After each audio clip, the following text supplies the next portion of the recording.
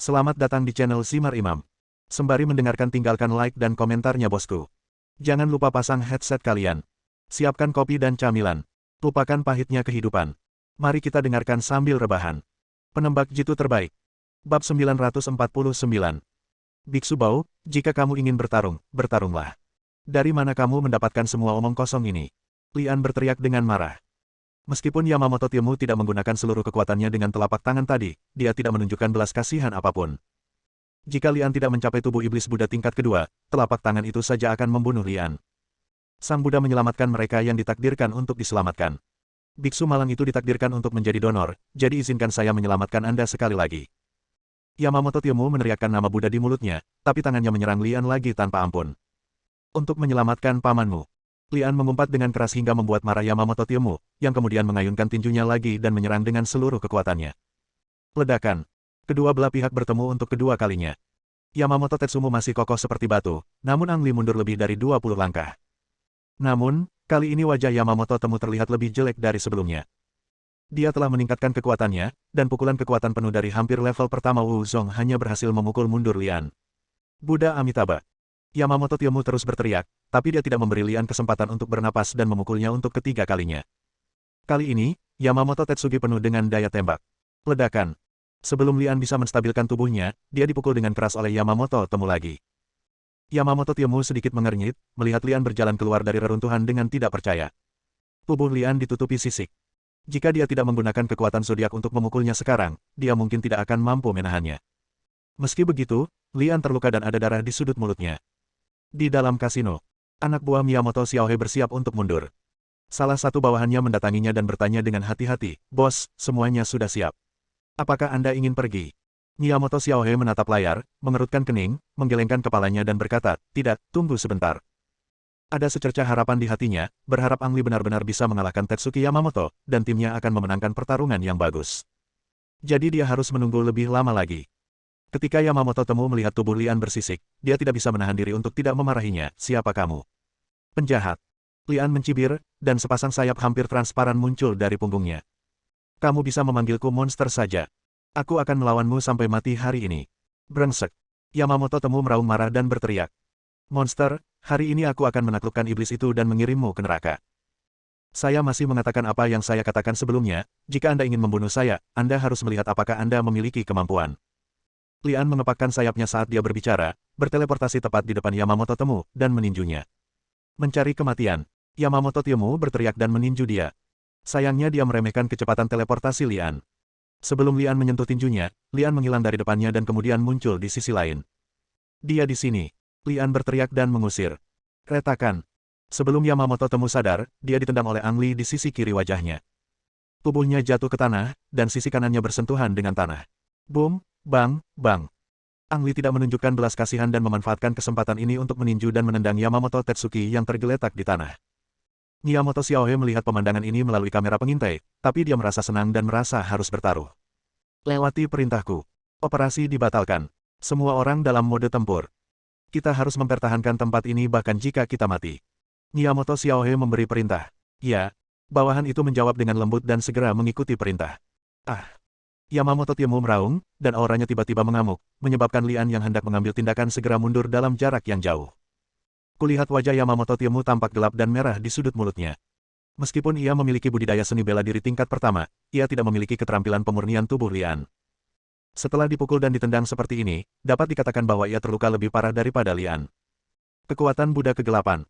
Lian diam-diam berteriak dan menemukan bahwa kekuatan Yamamoto Temu telah meningkat satu tingkat dibandingkan sekarang, dan sebanding dengan Wu Zong tingkat kedua. Namun, Lian tidak merasa takut, tapi sedikit bersemangat.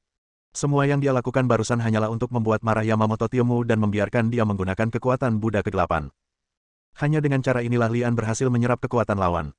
"Wah, aku tidak peduli monster macam apa kamu ini. Selamat, kamu benar-benar membuatku marah. Aku akan menghancurkanmu hari ini dan kamu tidak akan pernah bereinkarnasi." Yamamoto Temu mengertakkan gigi dan mengucapkan kata demi kata. "Jangan membual. Aku masih mengatakan hal yang sama. Jika aku ingin membunuhmu, itu tergantung apakah kamu memiliki kemampuan yang terprovokasi." "Oke, aku akan membantumu," kata Yamamoto Temu sambil mengulurkan tangan untuk mengambil tasbih yang tergantung di lehernya, lalu membukanya dengan tangannya. Retakan. Manik-manik itu menyebar, berputar di udara, dan masing-masing ditembakkan ke arah Lian dengan kabut hitam. Lian langsung menggunakan teknik teleportasi untuk menghindar, tetapi manik-manik itu seperti paranormal. Kemanapun Lian bergerak, manik-manik itu tiba seketika, dan akhirnya menjebak Lian. Yamamoto Temu mencibir, tidak peduli seberapa kuat sihirmu, kamu tidak bisa lepas dari genggamanku. Manik-manik itu melilit Lian seperti rantai, dan menyusut semakin erat, seolah-olah akan mencekik Lian sampai mati. Miyamoto Xiaohe, yang bersembunyi di kasino, mengepalkan tinjunya dan sangat gugup. Dia tidak yakin apakah taruhannya benar atau salah. Namun, penampilan Lian hari ini melebihi ekspektasinya. Oleh karena itu, berapapun harganya, dia berencana menyelamatkan Lian terlebih dahulu. Bersiaplah untuk mengambil tindakan, perintah Miyamoto Xiaohe dengan suara rendah. Menderita kematian. Memanfaatkan Lian yang terjebak, Yamamoto Temu melangkah maju lagi dan menamparkan kepala Lian dengan telapak tangannya. Lian melompat untuk menghindari titik vital, namun dipukul di bagian dada oleh Yamamoto Temu dan terbang mundur. Wajah Yamamoto Temu muram, karena telapak tangan tadi tidak mengenai bagian vital Lian, jadi tidak apa-apa. Lian sepertinya tidak terluka parah, dan dia melompat lagi. Biksu Bao, kemampuanmu sangat kecil dan kamu masih ingin membunuhku. Bermimpilah. Lian berteriak dengan ekspresi provokatif di wajahnya. Saya sangat marah. Yamamoto Temu berteriak dengan marah, dan energi hitam dari tubuhnya terpancar, mengembun menjadi patung Buddha di belakang punggungnya. Paman kedua. Yamamoto Jian, yang telah kembali ke mobil, tiba-tiba membuka pintu dan berteriak. Paman kedua, orang itu tahu teknik menyerap bintang dan bisa menyerap kekuatan kita. Hati-hati. Yamamoto Temu telah kehilangan akal sehatnya sekarang, dan Lian terjebak oleh manik-manik Buddha, bagaimana dia bisa mengingat peringatan Yamamoto Shiro. Monster, tahukah kamu apa artinya marah seperti Buddha? Aku sekarang. Pergilah ke neraka. Yamamoto Temu meraung marah, membuka tangannya dan menutupnya dengan kuat, dan patung Buddha yang terkondensasi di belakangnya menjadi hidup dan menyerang Lian. Lian sengaja berteriak ketakutan dan membiarkan patung Buddha yang dipadatkan dengan kekuatan Buddha kegelapan itu memukulnya. Bab 950. Patung Buddha yang kental itu mulai berputar dan berubah bentuk setelah menyentuh Ang Li. Yamamoto Temu terkejut dan menemukan bahwa Lian tidak terluka olehnya, tetapi kekuatan serangannya menghilang. Setelah patung Buddha runtuh, berubah menjadi kabut hitam lagi, dan mulai berputar cepat dengan Lian sebagai pusatnya. Dalam sekejap, kabut menghilang tanpa bekas. Klik, klik, klik. Manik-manik yang awalnya terikat pada Lian tersebar dan benar-benar kehilangan kilaunya. Di sisi lain, Lian tidak hanya tidak menderita luka apapun, tetapi juga tampaknya telah menerima sedikit nutrisi, wajahnya memerah. Yamamoto Temu terkejut saat melihat ini, dan berteriak, monster, sihir macam apa yang kamu lakukan? Sihir. Lian mendengus dengan nada menghina dan berkata dengan bercanda. Jika aku menggunakan sihir, bagaimana denganmu? Yamamoto Temu sangat marah dan berteriak, monster, aku tidak peduli jenis sihir apa yang kamu gunakan, aku akan melawanmu sampai mati hari ini. Ketika Lian melihat kabut hitam keluar dari tubuh Yamamoto Temu lagi, dan patung Buddha yang lebih besar dari sebelumnya mengembun di belakangnya, diam-diam dia merasa bahagia di dalam hatinya tidak menertawakanmu. Aku di sini sekarang. Berdiri saja di sini dan lihat bagaimana kamu bisa menyakitiku. Pengadilan kematian. Yamamoto Temu meraung marah, mendorong tangannya ke depan, dan patung Buddha yang kental itu menjadi hidup dan menyerang Lian. Bagus sekali. Lian berteriak pelan, bersiap untuk makan lagi dan menelan kekuatan Buddha kegelapan ini. Panggilan. Hembusan angin sepoi-sepoi menerpa wajahnya, dan kekuatan Buddha kegelapan menghilang dalam sekejap dan tidak berubah menjadi apapun. Ketika saya melihat lagi, tidak ada jejak Yamamoto Temu dimanapun. Tak tahu malu, sungguh tak tahu malu. Lian mengutuk secara diam-diam. Anak laki-laki tua itu dengan jelas berjanji untuk bertarung sampai mati, tapi pada akhirnya dia menggunakan gerakan yang salah dan melarikan diri. Apakah Anda terlalu tidak yakin pada diri sendiri? Lian terdiam. Deng, dengungan. Pada saat ini, deru mesin terdengar dari belakang, dan suara Miyamoto Xiaohe terdengar di telinga Lian hampir pada waktu yang bersamaan. San Motochi yang ingin melarikan diri, segera hentikan dia. Lian berbalik dan melihat Yamamoto Chian membalikkan mobilnya dan ingin melarikan diri dari sini. Bagaimana bisa begitu mudah untuk melarikan diri? Ang Li membiarkan ikan besar Yamamoto Temu lolos, dan dia merasa tidak bahagia. Dia tidak akan pernah membiarkan ikan kecil Yamamoto Temu lolos lagi. Ketika Yamamoto melihat paman keduanya meninggalkannya dan melarikan diri, dia menjadi gelisah, wajahnya pucat dan dia berkeringat. Sekarang dia hanya punya satu pikiran, untuk melarikan diri, untuk melakukan segala kemungkinan untuk melarikan diri. Saat Yamamoto selesai membalikkan mobil, memasukkan mobil ke gigi depan dan hendak menginjak pedal gas, terdengar suara keras, bagian depan mobil tiba-tiba tenggelam, dan sesosok muncul di hadapannya. Retakan. Ang Li mengulurkan tangan dan memecahkan kaca depan mobil, meraih Yamamoto Chihiro dan menariknya keluar dari mobil. Tidak. San Benjiang berteriak panik, tapi dia sudah melompat ke udara, menabrak dinding dengan ledakan, dan jatuh ke tanah. Ketika Lian melihat belati jatuh di kursi, dia mengulurkan tangan dan mengambilnya dan melemparkannya kembali. Dengan suara, pop belati itu menembus jantung Yamamoto Chihiro dan menjepitnya ke tanah. Saya telah melakukan apa yang saya janjikan kepada Anda. Ang Li berkhotbah kepada Miyamoto Xiaohe melalui komunikator. Terima kasih. Miyamoto Xiaohe menghela nafas lega. Yamamoto Temu dikalahkan dan melarikan diri, dan Yamamoto Chihiro terbunuh di depan umum. Selain itu, keluarga Yamamoto mengalami pukulan yang begitu berat dan tidak dapat pulih dalam waktu singkat. Ini adalah waktu yang tepat baginya untuk mengambil tindakan lebih lanjut. Jika kekuatan keluarga Yamamoto di kota ini bisa ditelan, pasti akan menjadi pencapaian besar bagi Miyamoto Xiaohe, dan bukan tidak mungkin bisa kembali ke keluarga tersebut. Dia harus berterima kasih kepada satu orang untuk semua ini, Lian. Aku serahkan sisanya padamu, selamat tinggal, kata Lian dan mengeluarkan komunikator yang tersembunyi dari telinganya. Tunggu sebentar, kamu mau kemana? Miyamoto Xiaohe berteriak dengan tergesa-gesa, tapi sayangnya Lian telah melemparkan komunikatornya ke tanah dan tidak menjawab pertanyaannya sama sekali. Melihat Ang Li menghilang dari layar, Miyamoto Xiaohe tiba-tiba merasa sedikit tersesat, takut Ang Li akan pergi begitu saja. Bos. Miyamoto Xiaohe akhirnya sadar ketika dia mendengar tangisan itu. Dia mendapatkan kembali sikap kewanitaannya yang kuat dan memerintahkan bawahannya, silakan, jangan tinggalkan siapapun. Ya. Tembakan terdengar lagi, dan darah mengalir ke jalan adat. Lian berlari ke pegunungan dalam satu tarikan napas dan menemukan gua terpencil untuk mundur. Masa tinggal ini berlangsung selama setengah bulan. Setengah bulan kemudian, Lian keluar dari gua dengan ekspresi sedikit kasihan. Tingkat ketiga dari tubuh penguasa iblis Buddha. Setelah setengah bulan mencerna, Lian akhirnya menguasai tubuh penguasa iblis Buddha tingkat ketiga, tetapi dia merasa sedikit menyesal. Jika Yamamoto Tiomu tidak diizinkan melarikan diri, tetapi semua kekuatan Buddha kegelapannya diserap, dia seharusnya mampu menyelesaikan tubuh penguasa iblis Buddha tingkat keempat. Tampaknya ia perlu menyerap lebih banyak kekuatan Buddha kegelapan. Lian tidak terlalu mengkhawatirkan hal ini. Bagaimanapun, yang paling tidak dimiliki negara pulau itu adalah Buddha kegelapan. Dia bisa terus menyerang keluarga Yamamoto, selama pertempuran antara keluarga Yamamoto dan klan Musashi tidak berhenti, itu akan terjadi dibenarkan. Tentu saja, meski kedua belah pihak berhenti bertengkar, Ang Li akan memilih metode lain. Kekuatan Buddha kegelapan bagaikan obat mujarab bagi Lian, yang dapat dengan cepat meningkatkan budidayanya. Bagi klan Musashi, tidak ada seorang pun di klan Musashi yang mencapai level ini selama 100 tahun. Setelah berjalan keluar pegunungan, Lian langsung kembali ke rumah kontrakannya. Begitu dia sampai di depan pintu, dia melihat seseorang di dalam dan menilai itu adalah Miyamoto Xiaohe berdasarkan nafasnya. Kamu kembali. Miyamoto Xiaohe berdiri dengan semangat setelah melihat Ang Li. Kenapa kamu ada di sini? Lian bertanya dengan sadar. Wajah Miyamoto Xiaohe menjadi gelap, dan dia berkata dengan agak tidak senang, ini adalah rumahku, di mana aku akan berada jika aku tidak ada di sini. Oh, maksudku kamu bos besarnya. Banyak hal yang harus kamu lakukan, kenapa kamu tinggal di rumah? Ngomong-ngomong, bagaimana pertarungan antara kamu dan keluarga Yamamoto? Lian bertanya terus-menerus, mengetahui di dalam hatinya bahwa Miyamoto Xiaohe sengaja muncul di sini untuk menunggunya, dan yang sebenarnya dia pedulikan adalah pertanyaan kedua. Miyamoto Xiaohe juga memilih untuk mengabaikan pertanyaan pertama dan berkata langsung, terima kasih, kami meraih kemenangan besar dalam pertempuran hari itu, dan mengambil kesempatan untuk mencaplok banyak kekuatan keluarga Yamamoto di kota ini. Apakah itu hanya mencaplok beberapa kekuatan? Lian sedikit mengernyit. Kenapa, kamu gagal mencabut keluarga Yamamoto? Miyamoto Xiaohe tersenyum pahit dan berkata, keluarga Yamamoto adalah kekuatan terbesar di kota ini. Tidak mudah untuk mencabutnya, setidaknya tidak dapat dilakukan dalam waktu singkat. Lian mengangguk, duduk dan berkata, oke, jangan bicarakan ini lagi. Mari kita bicarakan apa yang kamu ingin aku lakukan. Bab 951.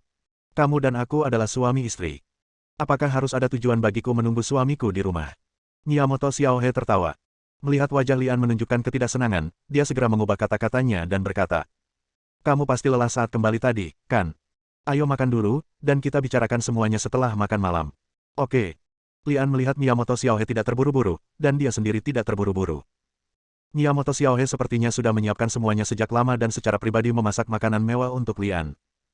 Tak perlu dikatakan lagi, wanita yang biasanya tidak menyentuh keterampilan memasak yang Chun Sui ini cukup bagus. Hanya saja, Ang Li belum terbiasa dengan makanan negara kepulauan, apalagi makanannya yang mentah dan dingin. Rasanya agak biadab, jadi sebaiknya dia langsung pergi untuk memastikan ramennya menyegarkan.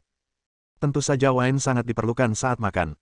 Lian juga tidak terbiasa minum sake dari negara kepulauan. Tentu saja, dia juga suka meminum beberapa anggur nasional, yang sangat mahal lainnya, tetapi ergoto lebih mudah diakses oleh masyarakat. Setelah makan dan minum, Ang Li mandi lagi dan mengalami plot yang hanya bisa dilihat di film laris negara kepulauan. Setelah pertarungan besar, Miyamoto Xiaohe berbaring di pelukan Ang Li, menggambar lingkaran di dada Ang Li dengan jari-jarinya, dan berkata dengan lembut, Ang, sebenarnya ada sesuatu yang ingin aku minta bantuanmu. Katakan saja.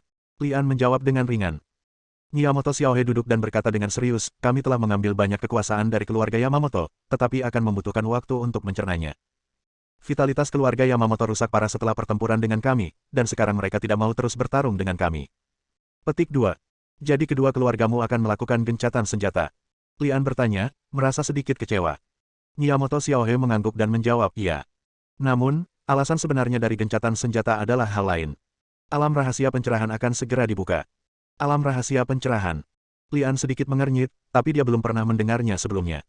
Xiaohe Miyamoto menjelaskan, alam rahasia pencerahan adalah tempat yang sangat ajaib, dan tidak ada yang bisa menjelaskannya dengan jelas. Namun, setiap 20 tahun, jalan menuju alam rahasia pencerahan Buddha akan dibuka, dan setiap orang yang masuk akan memiliki kesempatan. Tentu saja, peluang dan risiko hidup berdampingan. Hanya sepertiga orang yang memasuki alam rahasia pencerahan Buddha yang bisa keluar hidup-hidup setiap saat, yang bisa dikatakan penuh bahaya. Petik 2. Ketika Lian mendengar ini, dia secara kasar mengerti. Alam rahasia pencerahan seharusnya menjadi tempat yang mirip dengan disegel atau dilindungi oleh sebuah formasi. Setiap 20 tahun akan ada beberapa celah yang memungkinkan orang memasuki alam rahasia. Ada banyak peluang di dunia rahasia ini, tetapi juga penuh dengan jebakan seperti yang dikatakan Miyamoto Xiaohe. Setiap kali setidaknya 2/3 orang meninggal di dalam, tetapi mereka yang keluar hidup-hidup akan diberikan berbagai kesempatan. Peluang. Lian bertanya-tanya apakah dia bisa menemukan cara untuk memulihkan kultivasinya jika dia masuk. Kamu ingin aku masuk? Lian bertanya. Miyamoto Xiaohe mengangguk dan menjawab, pembukaan alam rahasia pencerahan kali ini juga merupakan kesempatan bagi saya, dan saya tidak akan pernah menyerah. Tetapi Anda juga tahu bahwa tingkat kultivasi saya tidak tinggi. Jika saya benar-benar masuk, peluang saya untuk keluar hidup-hidup tidak besar, jadi saya membutuhkan seseorang untuk melindungi saya. Petik 2. Jadi kamu menyukaiku? Lian bertanya sambil tersenyum. Miyamoto Xiaohe berkata dengan wajah serius, kamu adalah suamiku. Selain kamu, aku benar-benar tidak bisa memikirkan orang lain yang bisa melindungiku. Selain itu, kamu juga pasti ingin memasuki alam rahasia pencerahan, bukan? Jika kamu tidak ikut denganku, kamu tidak bisa masuk sama sekali. Lian sepenuhnya memahami bahwa ini adalah transaksi penggunaan dan penggunaan lainnya. Jika dia ingin memasuki dunia rahasia pencerahan, dia harus melindungi Miyamoto Xiaohe. Ini adalah negara kepulauan, dan karena alam rahasia pencerahan ada di sini, pasti ada hubungannya dengan Buddha kegelapan. Kesempatan yang tidak ingin dilewatkan oleh Lian. Saya bisa berjanji kepada Anda, tapi ada dua hal yang harus saya jelaskan sebelumnya. Lian berpikir sejenak dan berkata, katakan. Miyamoto Xiaohe menjawab. Angli berkata, pertama, setelah memasuki dunia rahasia, apapun yang Anda temukan, peluang bagi Anda dan saya adalah milik kita masing-masing. Ini wajar. Miyamoto Xiaohe menjawab. Lian tersenyum tipis. Poin pertama ini sebenarnya setara dengan kesepakatan seorang pria sejati. Lian takut klan Musashi akan memanfaatkannya, tetapi jika pihak lain benar-benar ingin memanfaatkannya, perjanjian ini pun tidak akan ada gunanya. Bukankah ada yang mengatakan itu? Perjanjian dibuat untuk dilanggar. Selain itu, keahlian terbaik para babi pulau adalah menyangkal apa yang mereka katakan. Lian melanjutkan, kedua, saya dapat memberi Anda perlindungan, tetapi itu harus dalam lingkup kemampuan saya. Jika Anda menghadapi situasi di mana bahkan saya tidak dapat melindungi diri saya sendiri, Anda hanya dapat meminta berkah. Tidak ada masalah dengan ini, atau seharusnya ini ada di sini. Jika Anda benar-benar menghadapi situasi yang menyulitkan Anda untuk melindungi diri sendiri, tinggalkan saya sendiri. Miyamoto Xiaohe mengangguk sebagai jawaban. Lian berkata, karena kamu tidak keberatan, biarkan saja diselesaikan. Kapan dunia rahasia akan dibuka? Dalam seminggu, mengenai lokasi dunia rahasia, aku akan memberitahumu saat itu. Miyamoto Xiaohe bersikap defensif. Lian tidak bertanya lagi. Karena alam rahasia pencerahan Buddha tidak dapat dibuka sampai seminggu kemudian, dia hanya akan menggunakan minggu ini untuk beristirahat dengan baik. Miyamoto Xiaohe pergi setelah mencapai kesepakatan dengan Angli, meninggalkan Angli tidur sendirian di rumah. Dia tidur sehari semalam sampai telepon terus berdering, membangunkan Lian. Lian mengangkat telepon dan melihatnya. Ketika dia melihat bahwa itu adalah Liu Yuanxiang, alisnya sedikit menegang. Sejujurnya, Lian tidak ingin berinteraksi apapun dengan Liu Yuanxiang dan Liu Pingan. Alasan utamanya adalah karena lingkungan tempat saya berada saat ini istimewa, dan berinteraksi dengan mereka hanya akan membahayakan mereka. Setelah ragu-ragu sejenak, Lian menjawab telepon. Terdengar di telepon bahwa Liu Yuanxiang jelas merasa lega, tetapi dia bertanya dengan gugup, Lian, kamu di mana? Tentu saja di rumah, kalau tidak aku akan berada di mana lagi. Apa, kamu ingin mentraktirku makan malam? Kata Lian tanpa lupa menggoda. Dasar hantu berkepala besar, cepat datang ke toko saya. Ada sesuatu yang penting yang ingin saya temui, kata Liu Yuanxiang. Apa yang tidak bisa kita bicarakan di telepon? Lian bertanya. Liu Yuanxiang menjawab, jika Anda dapat menjelaskannya dengan jelas di telepon, apakah menurut Anda saya tidak akan mengatakannya? Lupakan saja, sebaiknya Anda tidak datang. Saya akan menjemput Anda di bawah. Baiklah kalau begitu. Lian menjawab, tapi hatinya sedikit tenggelam, menduga sesuatu pasti telah terjadi lagi. Liu Yuanxiang sangat cemas. Lian baru saja mencuci muka dan mengenakan pakaian ketika Liu Yuanxiang mengetuk pintu. Setelah Lian membuka pintu, Liu Yuanxiang menjulurkan kepalanya dan melihat ke dalam kamar. Jangan lihat, dia tidak ada di rumah. Lian tahu bahwa Liu Yuanxiang ingin melihat apakah Miyamoto Xiaohe ada di sana. Liu Yuanxiang menghela nafas lega lagi, mengulurkan tangannya untuk menarik Lian dan berkata, cepat ikuti aku. Bab 952. Mau kemana? Lian bertanya dengan ekspresi bingung di wajahnya di dalam mobil. Gadis Liu Yuanxiang ini benar-benar gila saat mengemudi, terutama saat dia mengendarai mobil polisi. Mobilnya melaju kencang di pusat kota dengan sirene yang menggelegar, dan hampir menabrak orang yang lewat beberapa kali. Tindakan gila seperti itu tidak diragukan lagi berarti sesuatu yang besar telah terjadi. Liu Yuanxiang berkata sambil mengganti gigi dan mempercepat, grup Yamamoto menculik ayahku. Ah! Wajah Lian sedikit terkejut, lalu dia menjadi marah. Apa yang dia khawatirkan akhirnya terjadi, dan musuh sekali lagi menyerang orang-orang di sekitarnya. Mobil polisi melaju langsung ke kantor polisi dan berhenti, yang kembali membuat Lian bingung. Mungkinkah Yamamoto terang-terangan menculik Liu Pingan ke kantor polisi? Ini tidak masuk akal. Lian segera mengetahui bahwa bukan Liu Pingan yang diculik ke kantor polisi, tetapi Liu Yuanxiang yang menangkap seorang pemuda dari keluarga Yamamoto dan mengurungnya di sini. Beberapa saat kemudian, Liu Yuanxiang mengangkat pria itu ke ruang interogasi dan mematikan kamera pengintai. Putra keluarga Yamamoto masih muda dan berambut kuning. Dia terlihat seperti gangster jalanan standar. Sulit untuk menghubungkan gangster seperti itu dengan klan Yamamoto yang kuat. Mungkin gangster itu hanya kedok identitasnya. Saya sudah mengundang orang ke sini, cepat minta mereka melepaskan ayah saya. Teriak Liu Yuanxiang dengan marah. Namun, Ma Zai terlihat dingin dan berkata kepada Liu Yuanxiang, jangan khawatir, kami menepati janji kami. Hanya saja bos saya ingin mengatakan beberapa patah kata kepadanya sebelum melepaskannya. Dia berhenti sebentar, menatap Lian bola-balik, dan bertanya. Apakah kamu An Li, suami Miyamoto Xiaohe? Bagaimana menurutmu? Lian bertanya dengan marah. Ma Zai mendengus, kelihatannya juga tidak bagus. Aku benar-benar tidak tahu apa maksud si jalan Miyamoto Xiaohe itu, lepaskan, cepat dan suruh dia melepaskan. Sebelum Ma Zai menyelesaikan kata-katanya, Lian mencubit lehernya dan mengangkatnya ke udara.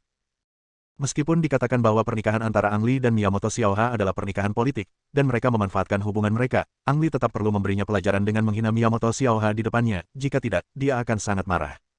Maaf atas statusnya sebagai suami.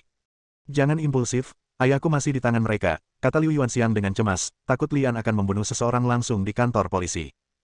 Jika kamu berani mengucapkan kata sembarangan lagi, aku akan menjulurkan lidahmu. Lian mengancam dan melemparkan Ma Zai ke tanah. Ehem. Ma Zai terbatuk-batuk keras, sadar kembali, naik dan duduk di kursi, menatap tajam ke arah Lian, tapi tidak berani mengucapkan kata-kata kasar lagi. Ponsel. Ma Zai mengusap lehernya dan berteriak pada Liu Yuanxiang. Liu Yuanxiang buru-buru menyerahkan ponsel Ma Zai. Ma Zai masuk ke perangkat lunak sosial dan membuka fungsi obrolan video. Ayah. Begitu foto itu keluar, Liu Yuanxiang berteriak dengan penuh semangat. Lian melihat lebih dekat dan melihat Liu Pingan duduk di sebuah ruangan yang didekorasi dengan indah, dia tidak ditahan sama sekali. Ada meja teh di depannya. Yuanxiang, aku baik-baik saja, jangan khawatirkan aku. Liu Pingan tersenyum, tapi senyumannya terlihat sedikit dipaksakan. Layarnya diperbesar, dan seorang pria parubaya lainnya muncul di layar, duduk di sisi lain meja teh, memegang secangkir teh di tangannya. Anda benar-benar tidak perlu khawatir, Tuan Liu dan saya mengobrol dengan baik. Pria itu berkhotbah dan tampak sangat santai. Namun, Ang Li menyadari bahwa niat membunuh mengintai di sekelilingnya. Pria parubaya itu sangat mirip dengan Yamamoto Jiharu dan Yamamoto Koharu. Yamamoto Tetsuki sedang duduk di pojok dan tidak muncul langsung di gambar, melainkan hanya lewat sebentar. Apakah kamu dari keluarga Yamamoto? Lian bertanya. Pria itu menjawab, iya. Nama saya Yamamoto Kazuhiro. Yamamoto Chihiro dan Yamamoto Kohiro yang dibunuh oleh Anda, keduanya adalah saudara tiri saya. Yamamoto Koro tidak mati di tangan Ang Li, tapi dia juga mati karena Ang Li. Pihak lain menyalahkan Ang Li, tapi Ang Li tidak peduli. Kedua adik laki-lakiku dibunuh olehku, dan kamu sepertinya tidak terlalu marah. Yamamoto Kazuhiro tersenyum dan berkata, mengapa saya harus marah? Sejujurnya, sudah terlambat bagi saya untuk mengucapkan terima kasih. Anda harus tahu bahwa kematian mereka adalah hal yang baik bagi saya. Saya akan bisa mendapatkan lebih banyak harta keluarga di masa depan, bukan? Petik 2. Lian tidak bisa berkata-kata. Hal berdarah seperti itu sepertinya terjadi di setiap keluarga besar. Saudara laki-laki tidak memiliki persaudaraan, dan ayah serta anak laki-laki tidak memiliki cinta ayah anak. Semuanya demi keuntungan mereka sendiri. Oke. Karena kamu sepertinya tidak ingin membalaskan dendam kedua saudaramu, sebaiknya kamu memberitahuku apa yang ingin kamu lakukan denganku. Yamamoto Kazuhiro melambaikan tangannya, dan Liu Ping'an diminta keluar dari layar, lalu berkata, saya ingin berbicara dengan Anda sendirian. Lian mengerti dan menoleh ke arah Liu Yuanxiang, kamu keluar dulu. Liu Yuanxiang menatap layar, mengepalkan tangannya dan berteriak, dengar. Saya tidak peduli siapa kamu atau seberapa kuat kamu di belakangmu. Jika kamu berani menyakiti ayahku, aku akan memenggal kepalamu. Yamamoto tersenyum, ancaman seperti itu tidak mematikan baginya. Keluarlah bersamaku. Liu Yuanxiang memukul Ma Zai dengan keras dan mengarahkan seluruh amarahnya pada Ma Zai. Pintu ditutup dan Lian berkata, kamu dapat berbicara sekarang. Yamamoto Kazuhiro juga orang yang memperhatikan efisiensi. Dia berhenti berbicara omong kosong dan berkata langsung, rahasia alam pencerahan akan segera dibuka.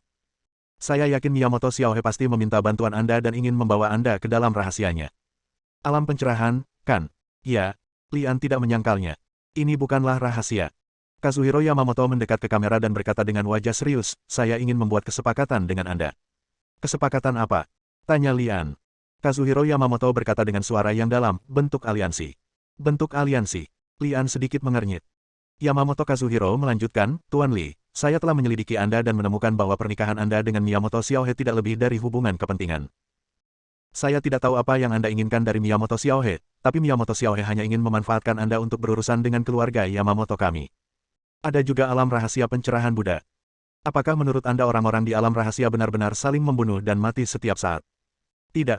Saya dapat memberitahu Anda dengan sangat bertanggung jawab bahwa alam rahasia pencerahan sebenarnya adalah tempat yang berbahaya, dan 80% orang yang mati di sana dibunuh oleh monster di dalamnya. Monster. Lian mengerutkan kening. Sepertinya Miyamoto Xiaohe tidak memberitahumu bahwa ada banyak monster di alam rahasia pencerahan Buddha, yang kami sebut monster. Monster-monster ini sangat ganas, dan bahkan master di alam Wuzong mungkin bukan lawan mereka, dan bahkan mungkin dibunuh oleh mereka. Saya pernah menyaksikan seorang master seni bela diri tingkat ketiga dibunuh oleh monster-monster itu. Setelah menyaksikannya dengan mata kepala sendiri, apakah itu berarti kamu telah memasuki alam rahasia pencerahan? Lian bertanya. Bersambung.